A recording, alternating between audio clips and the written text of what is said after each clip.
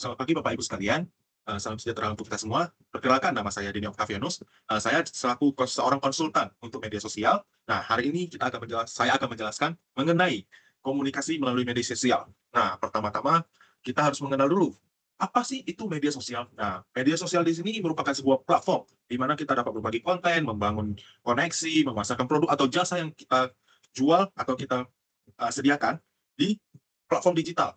Nah, mengapa sih media sosial itu penting sekarang? Nah, media sosial itu menjadi penting dikarenakan untuk sekarang telah ada 4,8 miliar pengguna aktif media sosial di seluruh dunia. Nah, dengan rata-rata penggunaannya 2 jam 25 menit per hari.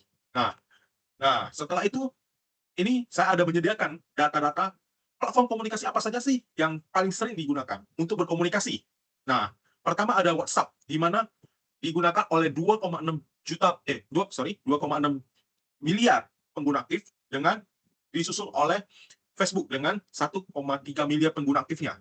Selain itu ada Instagram Direct atau yang biasa kita kenal dengan direct message, Instagram direct message. Nah, ini digunakan oleh 70% pengguna Instagram, di mana yang kita tahu pengguna Instagram itu sangat banyak sekali. Nah, selanjutnya saya akan memaparkan kenapa media sosial itu penting. Nah, pertama-tama karena perusahaan Bapak Ibu ini bergerak di bidang teknologi, yaitu perusahaan Xiaomi. Nah, di sini kenapa saya menyarankan berkomunikasi melalui media sosial, itu untuk alasan pertama, cepat dan interaktif. 90% pesan dapat dijawab dalam waktu 30 menit oleh merek yang aktif. Nah, di sini karena perusahaan Bapak Ibu ini bergerak di bidang teknologi, penjualan smartphone dan alat elektronik lainnya, maka respon terhadap konsumen atau pelanggan itu dibutuhkan. Ketika konsumen memiliki masalah, kita dapat uh, menyediakan jawaban untuk konsumen. Nah, setelah itu aksesibilitasnya global. Nah, komunikasinya jadi tak terbatas. Nah, ketika Bapak Ibu adanya di Jakarta, perusahaan Bapak Ibu berpusat di Jakarta, maka Bapak Ibu juga dapat berkomunikasi dengan pelanggan yang ada di wilayah lain, seperti Pulau Sumatera dan lain-lainnya. Nah, selain itu juga dapat dipersonalisasi pesannya. Ya, pesan langsung yang dapat disesuaikan dengan kebutuhan pengguna. Misalnya, ketika ada komplain, pesan yang harus disediakan itu bagaimana? Nah, selanjutnya, keterlibatan audiens. Nah, di sini juga bagus untuk Bapak Ibu karena kenapa? Dalam hal ini, 83% konsumen merasa lebih terhubung dengan merek yang aktif di sosial media. Seperti terkadang ketika kita memposting atau memarketingkan sebuah barang, respon audiens itu penting, di mana audiens akan menunjukkan ketertarikannya terhadap produk yang akan kita jual selanjutnya. Nah, di situlah manfaat-manfaat yang akan kita rasakan ketika kita menggunakan sosial media. Karena di mana sosial media ini bukan cuma jadi saluran untuk berkomunikasi, tapi juga digunakan menjadi saluran untuk marketing gratis yang di mana kita akan meminimalisir uh, budget yang kita keluarkan untuk marketing. Nah, selanjutnya saya akan memberikan jenis-jenis media sosial. Nah, di sini ada 3 jenis teknik berkomunikasinya. Pertama, komunikasi pribadi. Biasanya kita lakukannya itu di grup chat, habis itu pesan pribadi melalui WhatsApp ataupun media sosial lainnya. Kemudian komunikasi publik. Biasanya kita menggunakan komunikasi publik ini seperti Instagram Story dan postingan di Instagram ataupun platform-platform lainnya yang bisa digunakan untuk mengundang komunitas untuk berdiskusi.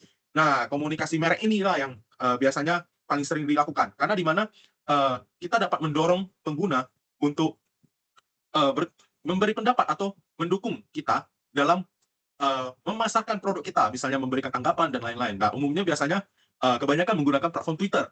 Nah, selanjutnya ini ada strategi dalam berkomunikasi di media sosial. Ini yang efektifnya saya akan sediakan di mana. Nah, yang pertama itu kita harus pahami dulu audiens kita.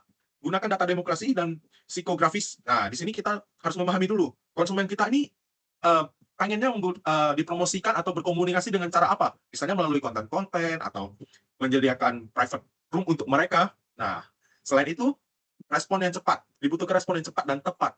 Nah, waktu respon yang ideal itu kurang dari 1 jam, ya Bapak Ibu sekalian, untuk menjawab pertanyaan pelanggan, di mana hal ini diusahakan untuk sebisa mungkin lebih cepat, lebih bagus. Nah, lalu yang ketiga harus gunakan bahasa yang sesuai.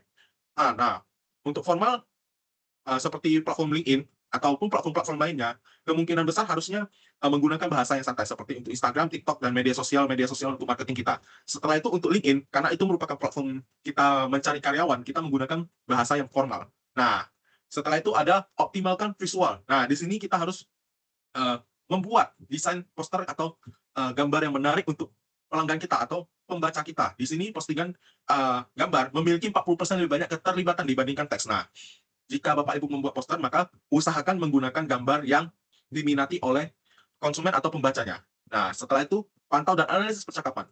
Gunakanlah tools seperti Hotsu dan Sprout Sosial. Nah, di sini kita dapat menganalisis bahwasannya gimana sih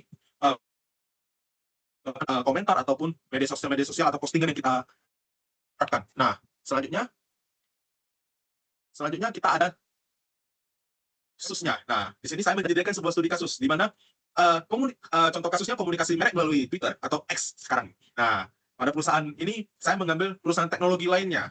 Nah, strateginya membalas pertanyaan pelanggan secara publik dengan humor. Nah, misalnya ketika pelanggan kita menanyakan, "Oh, kapan ini dirilis produknya?" Misalnya produk A, "Pak, kapan dirilis produknya?" Kita menjawab dengan humor. Akan segera kita rilis ketika misalnya ketika Bogor nanti nggak hujan. Nah, di sini kita menyelipkan humor sedikit ke dalam itu. Dengan hasilnya, terdapat kenaikan engagement sebesar 60% dengan komentar positif terhadap merek meningkat sebanyak 35%.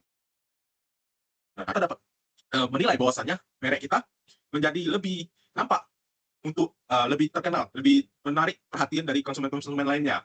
Nah, setelah itu, selain ada kelebihannya, juga ada kekurangannya, di mana tantangan komunikasi ini memiliki tantangan untuk komunikasi melalui media sosial ini memiliki beberapa kendala atau kelemahan, di mana bisa menyebabkan overload informasi, di mana pengguna rentan kebingungan terhadap banyaknya pesan. Misalnya, ketika komentar itu terlalu banyak, kadang yang terbaca itu cuma komentar-komentar negatif, atau kalaupun apa, kalaupun banyak komentar, maka pengguna akan susah menyaring mana sih yang benar dan mana yang salah, dan terbiasanya bakal ada muncul pesan bias. Nah, maka dari itu kita harus bisa juga mengatur konten yang kita post. Nah, setelah itu respon negatif. Nah, ini berkaitan dengan kelemahan yang pertama. Nah, di sini respon negatif ini biasanya berdampak terhadap reputasi kita ya, di mana uh, reputasi kita juga terkadang ketika ada review negatif di kolom komentar media sosial bakal menyebabkan turunnya kepercayaan pelanggan-pelanggan baru atau konsumen-konsumen baru terhadap kita dan brand yang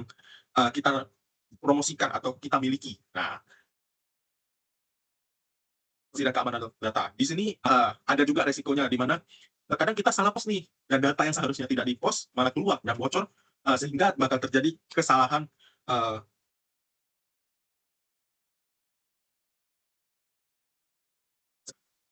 digunakan oleh konsumen kita, bukan konsumen tapi ke lawan bisnis kita, atau tantangan keadaan-keadaan lainnya yang digunakan oleh lawan bisnis. Nah, di sini hal-hal ini juga dapat kita atasi kok. Gimana kita menggunakan, untuk yang pertama akan menyiapkan konten-konten yang lebih positif. Nah, untuk yang kedua, usahakan membalas respon itu dengan kata-kata yang lebih formal, lebih menenangkan, dan untuk lebih mendorong si yang berkomentar negatif ini untuk menceritakannya kepada kita untuk dijadikan bahan evaluasi. Nah, setelah itu untuk privasi dan keamanan data itu kita dapat melakukan filter terhadap apa yang akan kita post. Misalnya dilakukan QC. Nah, misalnya sebelum konten itu dinaikkan atau diposting, diunggah, kita melakukan pengecekan. Nah, apakah postingan ini sudah layak untuk diposting ke halayak umum? Nah, setelah itu sudah sekian dari saya. Menurut saya sih, untuk Bapak Ibu, kita bisa menerapkan media sosial sebagai alat untuk komunikasi dan marketing, di mana itu akan menguntungkan uh, untuk Bapak Ibu melakukan promosi atau marketing gratis, dan juga mempercepat komunikasi, di mana komunikasi kepada konsumen dan yang lain-lainnya, ataupun perusahaan-perusahaan lainnya. Nah, di sini sekian dari saya. Jika ada pertanyaan, boleh ditanyakan. Dan sekian dari saya. Terima kasih.